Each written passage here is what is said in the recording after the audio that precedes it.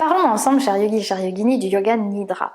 Le yoga nidra est une pratique, on va dire, hypnotique. C'est le sommeil du yogi. Elle se pratique exclusivement allongée en position de shavasana, avec une couverture de préférence et tout ce qu'il faut pour être à l'aise, tout simplement parce que l'idée c'est que le corps s'endort et l'esprit reste éveillé.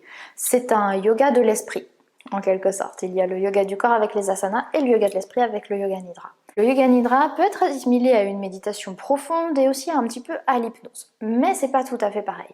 Parce qu'avec l'hypnose, l'idée c'est qu'on va descendre dans les ondes cérébrales jusqu'à aller en bas. Avec le yoga nidra, ce qu'on fait, c'est qu'on fait un petit voyage de haut en bas entre les différentes ondes cérébrales dont je vais vous parler. Et c'est grâce à la variation de ces ondes cérébrales que s'opère justement un changement profond à l'intérieur de nous.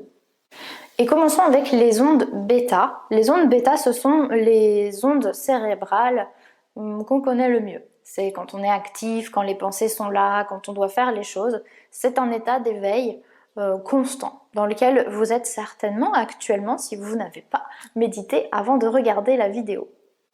Ensuite, nous voyageons vers la zone alpha, la zone suivante, on va dire, enfin celle qui est intéressante en tout cas dans le yoga nidra.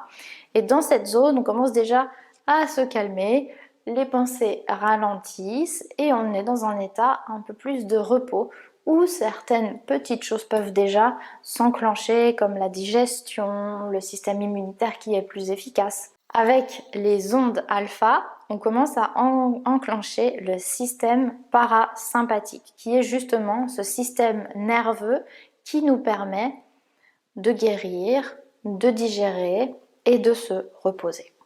Et c'est avec ces ondes cérébrales alpha, dans cette tranche, on va dire, que nous sécrétons l'hormone sérotonine qui est l'hormone du bien-être, du calme. C'est à ça qu'on l'associe. Ensuite, depuis alpha, nous voyageons vers les ondes θ. Et là, c'est assimilé au rêve.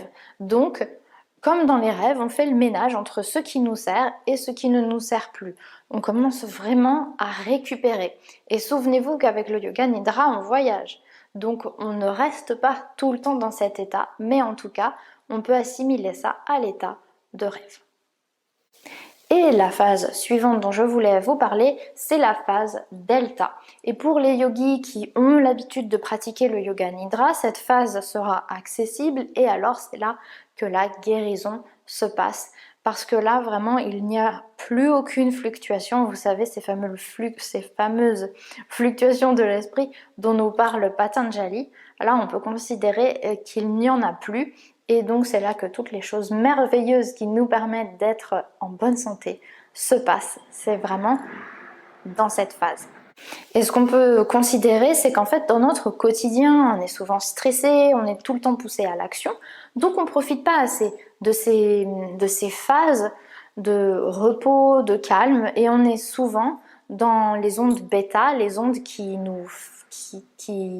font qu'on est actif. Et c'est très utile d'être actif, c'est nécessaire bien souvent, mais il faut aussi savoir ralentir et le yoga nidra aide vraiment à ça.